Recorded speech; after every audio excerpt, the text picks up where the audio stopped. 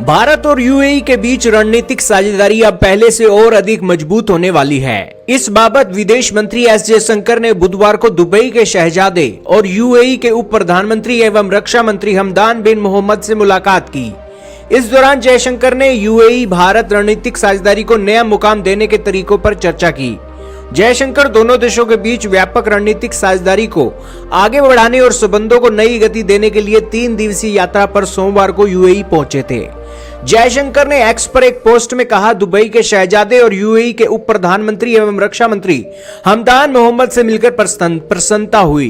दोस्ती के गहरे संबंधों और हमारे लोगों की भलाई के लिए उन्हें आगे बढ़ने पर गर्मजोशी से बातचीत हुई।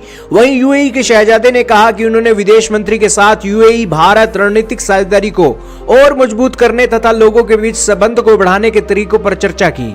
जयशंकर ने उन्हें प्रधानमंत्री नरेंद्र मोदी की ओर से अप्रैल में नई दिल्ली आने का निमंत्रण दिया था। हमदान ने एक्स पर एक पोस्ट में कहा, मुझे भारत के प्रधानमंत्री की ओर से अप्रैल में देश की यात्रा करने का निमंत्रण पाकर खुशी हुई। हमारे देशों के बीच स्थायी संबंधों ने यूएई भारत संबंधों को नई ऊंचाई पर पहुंचाया है।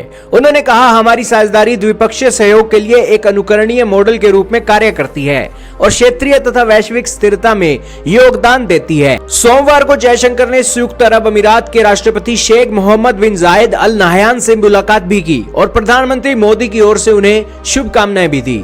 उन्होंने कहा कि जब हम वैश्विक परिदृश्य देखते हैं तो ऐसी कई चीजें हैं जो दोनों देशों को एक साथ लाती हैं। मैं विश्वास के साथ कह सकता हूं कि अंतर्राष्ट्रीय मंचों पर हमारा सहयोग और मजबूत होगा।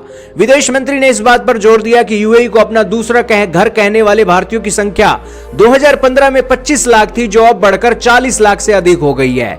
उन्होंने कहा कि ये संख्याएं गर्मजोशी और सौहार्द को बढ़ाती हैं, जो आज हमारे संबंधों की विशेषता है। जयशंकर ने द्विपक्षीय संबंधों की कुछ उपलब्धियों पर चर्चा करते हुए कहा कि व्यापक आर्थिक भागीदारी समझौते ने व्यापार और निवेश को बढ़ाया है। स्थानीय मुद्रा व्यापार व्यवस्था और फिनटेक तंत्र उल्लेखनीय रहे हैं। उन्होंने कहा कि अबू धाबी में बीएपीएस हिंदू मंदिर बहुलवाद, सद्भाव और सहिष्णुता के प्रतीक के रूप में उभरा है। दोस्तों, भारत के गणतंत्र दिवस पर अबू धाबी में आयोजित एक कार्यक्रम को संबोधित करते हुए जयशंकर ने कहा था कि दुनिया एक जटिल और अस्थिर चरण में प्रवेश कर गई है, क्योंकि वैश्विक व्यवस्था वास्तव में बदल रही है। ऐसे हालात में नए अवसर पैदा होते हैं और सच्ची मित्रता बनती है।